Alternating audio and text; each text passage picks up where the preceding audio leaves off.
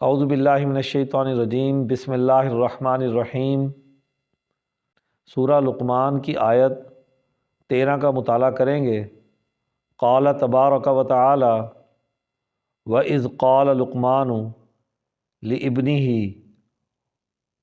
وَهُوَ يَعِظُهُ يَا بُنَيَّ لَا تُشْرِكْ بِاللَّهِ إِنَّ الشِّرْكَ لَظُلْمٌ عَظِيمٌ۔ ارشاد باری تعالیٰ ہے، اور جب لقمان نے اپنے بیٹے کو نصیحت کرتے ہوئے کہا تھا کہ بیٹا اللہ کے ساتھ کسی کو شریک نہ ٹھہرانا، بے شک شرک کرنا بڑا بھاری ظلم ہے۔ اب یہاں پر حضرت لقمان علیہ السلام کی نصیحتوں کا ذکر شروع ہوا ہے جو وہ اپنے بیٹے کو کرتے ہیں، اور اس میں سب سے بنیادی جو نصیحت انہوں نے کی ہے وہ یہ کہ اللہ کی ذات کے ساتھ کسی کو شریک ٹھہرانا یہ بہت بڑا جرم ہے۔ اس لیے کہا گیا کہ یہ شرک جو ہے یہ سب سے بڑا ظلم ہے۔ یہ بالکل ایسے ہی ظلم کہتے ہیں اندھیرے کو، کہ جب انسان اللہ کے ساتھ کسی کو شریک ٹھہراتا ہے تو وہ اندھیرے میں چلا جاتا ہے، اور انسان کی جو صلاحیت ہے وہ ختم ہو جاتی ہے۔ ظاہری بات ہے کہ انسان جب اندھیرے میں چلا جاتا ہے تو بہت زیادہ جد و جہد کرتا ہے، ادھر ادھر ہاتھ پاؤں مارتا ہے، اور انسان جب روشنی میں ہوتا ہے تو اسے ہر چیز بڑی واضح نظر آ رہی ہوتی ہے۔ اسی لیے شرک کو اندھیرا قرار دیا گیا، اور شرک کو سب سے بڑا ان الشرک لظلم عظیم۔ شرک کیا ہے؟ شرک یہ کہ انسان اللہ کی ذات کا انکار کرے، یا اللہ کی ذات کے اندر جو کمالات ہیں وہ اس کے ساتھ ان کمالات میں کسی کو شریک ٹھہرائے۔ تو یہ انسان کی توہین ہے کہ انسان اپنے بنانے والے خالق اور مالک کے ساتھ مخلوق میں سے کسی کو اس کے درجے کا مانے۔ اور عموماً ایسا ہی ہوتا ہے کہ انسان اپنے گرد و پیش میں موجود کسی انسان کو ہی فائق اور برتر مان لیتا ہے، اور دنیا میں ہر معاشرہ کسی نہ کسی قانون کے تحت چلتا ہے۔ قانون کی اتباع ہر معاشرے کے اندر ہوتی ہے۔ اب قانون اگر تو اللہ تعالیٰ کا ہو تو انسانوں کے لیے آزادی ہوتی ہے، شرط یہ کہ وہ حقیقی معنوں کے اندر وہاں پر پایا جاتا ہو، اور اگر وہ قانون اللہ کے ماں سوا کسی انسان کا بنایا ہوا ہو تو پھر انسان اپنی گردن کو اپنے جیسے بندوں کے ہاتھ میں دے دیتا ہے، اور انسان کا کسی اپنے جیسے بندے کے بنے ہوئے قانون کی اتباع کرنا یہ بہت بڑی توہین ہے۔ اسے چاہیے کہ وہ اللہ کے قانون کی اتباع کرے، اور دنیا میں ان لوگوں کے پیچھے چلے جو اللہ کے قانون کو ماننے والے ہیں۔ شرط یہ ہے کہ وہ بہروپیے نہ ہوں، کہ جو مذہب کا ڈھونگ رچاتے ہوں لیکن مذہب کی حقیقت سے ناواقف ہوں، اور دنیا کو دھوکہ دے کر اپنے پیچھے چلانے والے ہوں۔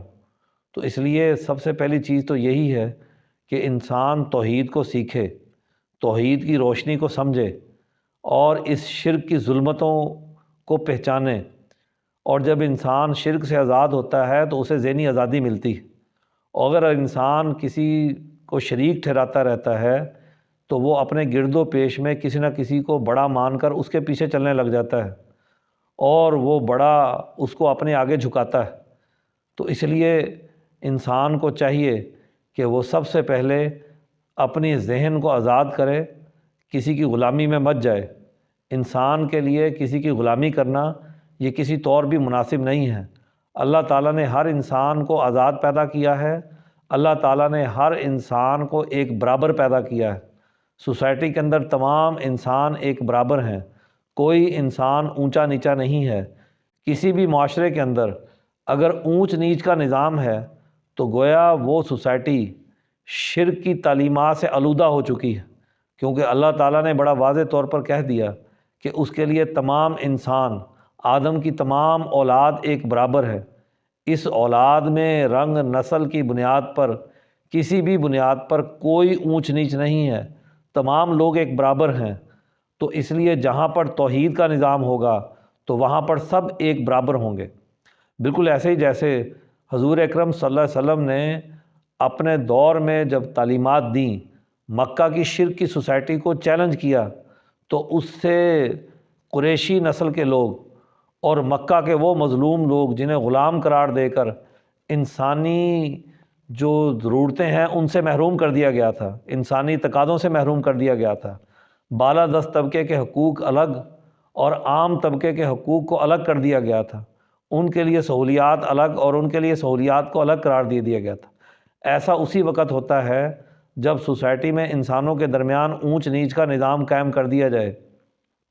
تو اس لیے شرک ایک تو یہ ہے کہ کوئی بت رکھ کر یا کوئی بھی ایسی چیز کا اظہار کر کے ظاہری طور پر اس کی علامت بنا دی جائے اور اللہ کے ساتھ شریک قرار دیا جائے، اور اس کا جو عملی نظام سماج میں بنتا ہے، سوسائٹی میں بنتا ہے، معاشرے میں بنتا ہے، وہ انسانوں کے درمیان تفریق اور اونچ نیچ کا ہے، اور ایسا ہونا یہ کسی طور بھی درست نہیں ہے۔ تو اس لیے عملی طور پر اگر کسی سوسائٹی میں امیری اور غریبی کا ایسا نظام ہے جو انسانوں کے درمیان برابری کو قبول نہیں کرتا، گویا وہ عملی طور پر سماجی طور پر شرک سے آلودہ ہو چکا ہے، وہاں مساوات نہیں ہے۔ توحید جہاں پر ہوگی وہاں انسانی مساوات ہوں گی۔ تو اس لیے انسانوں کو چاہیے کہ وہ سب سے پہلے اپنے ذہنوں کو آزاد کریں، اپنے ذہن کو کسی کا غلام نہ بنائیں۔ جب انسانی ذہن آزاد ہوتا ہے تو وہ ہر چیز کو سمجھ پاتا ہے، اور اگر انسان غلام ہو جائے تو وہ پھر کسی نہ کسی کے پیچھے لگ کر تو کسی نہ کسی گمراہی کے راستے پر چلتا رہتا ہے، اور وہ یہ سمجھتا رہتا ہے کہ یہی حق راستہ ہے۔ تو ذہنی آزادی ہو تو انسان ہر حق کو پہچانتا ہے، انسان درست بات کو پہچانتا ہے، انسان کے اندر تجزیے کی صلاحیت ہوتی ہے، اور اگر انسان اپنی ذہنی آزادی کی بجائے ذہنی غلامی میں چلا جائے تو پھر وہ کسی قسم کی آزادی کو نہیں پہچان سکتا۔ ذہنی غلامی کے اندر تمام قسم کی سیاسی معاشی غلامیاں جمع ہو جاتی ہیں، اور جب ذہنی طور پر وہ آزاد ہو تو وہ فزیکلی غلام بھی ہوگا، جیسے حضرت بلال غلام تھے تو وہ آزاد ہوگا، وہ آزادی کی نعمت کو پہچاننے والا ہوگا۔ تو جب حضرت بلال نے ذہنی آزادی حاصل کر لی تو جسمانی غلامی بے اثر ہو گئی۔ تو اس لیے شرک جو ہے وہ غلامی ہے، اور توحید جو ہے وہ آزادی کا اعلان ہے۔ تو انسان کو چاہیے کہ وہ اللہ کی توحید کا اقرار کرے اور اسے ہی سب کچھ مانے، اور جتنی بھی خصوصیات ہیں کسی انسان کے اندر ہیں، کسی شے کے اندر ہیں، وہ اللہ تعالیٰ کی ذات کی پیدا کردہ ہیں، کسی اور کی نہیں ہیں۔ وہ اشیاء کے اندر یا انسانوں کے اندر وہ خوبیاں خود اپنے طرف سے نہیں ہیں، وہ اللہ کی عنایت کرتا ہے، اللہ کی ودیعت کردہ ہے۔ تو اس لیے انسان کو چاہیے کہ وہ اس شرک سے اپنے آپ کو بچائے اور اللہ کی توحید، اللہ کی بڑائی اور اللہ کی عظمت کو بیان کرے۔ وہ ایک روشنی ہے، اور روشنی کے اندر انسان صراط مستقیم پر چلتا ہے۔